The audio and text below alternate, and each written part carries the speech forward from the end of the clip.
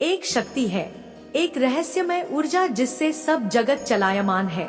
वैज्ञानिक अभी तक इसे कोई नाम नहीं दे पाए हैं। हालांकि प्राचीन काल के ऋषियों और संतों ने इस अज्ञात शक्ति को शिव कहा है।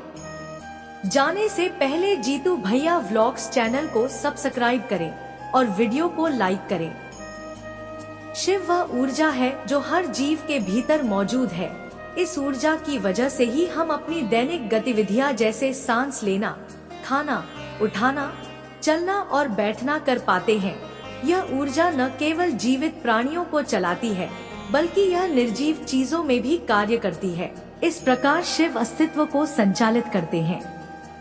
कहते हैं महाशिवरात्रि के दिन भगवान शिव ने देवी पार्वती से विवाह किया था।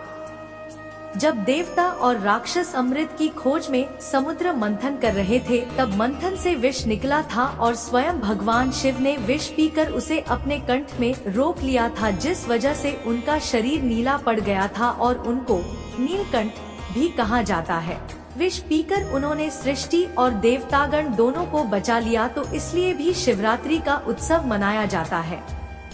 एक और किंवदंती यह है कि जब देवी गंगा पूरे उफान के साथ पृथ्वी पर उतर रही थी, तब भगवान शिव ने ही उन्हें अपनी जटाओं में धरा था, जिससे पृथ्वी का विनाश होने से बच गया था।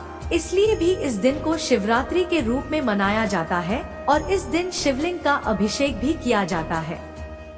ऐसी मान्यता भी है कि भगवान ने शिवरात्रि के दिन सदाशिव, जो कि निराकार रूप है, उससे लिंग स्वरूप लिया था। इसलिए भक्त रात भर जागकर भगवान शिव की आराधना करते हैं।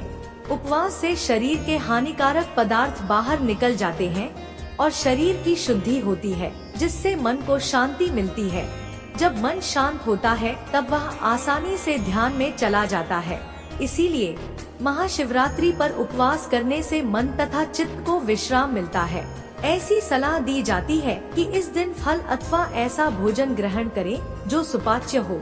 महाशिवरात्रि उपवास के बारे में और अधिक जानें। महाशिवरात्रि की रात को नक्षत्रों की स्थिति ध्यान के लिए बहुत शुभ मानी जाती है।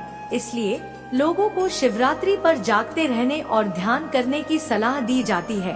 प्राचीन काल में लोग कहते थे, यदि आप हर दिन ध्यान नहीं कर सकते हैं, तो साल में कम से कम एक दिन ध्यान अवश्य करें। महाशिवरात्रि को रात्रि जागरण करें और ध्यान करें। महाशिवरात्रि के दिन नमः शिवाय मंत्र का उच्चारण सबसे लाभदायक है। यह मंत्र तुरंत ही आपकी ऊर्जा को ऊपर उठाता है।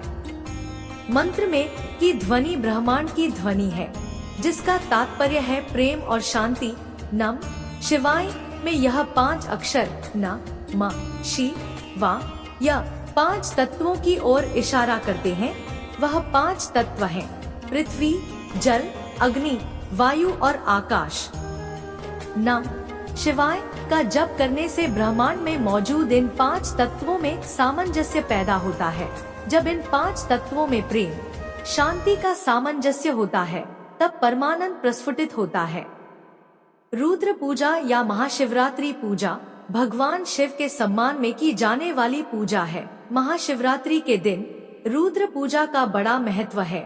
इस पूजा में विशेष अनुष्ठानों के साथ वैदिक मंत्रों का उच्चारण भी शामिल है। रुद्र पूजा से वातावरण में सकारात्मकता और पवित्रता का उदय होता है। यह नकारात्मक विचारों और भावनाओं को परिवर्तित कर देता है। पूजा में बैठने से और मंत्रों को सुनने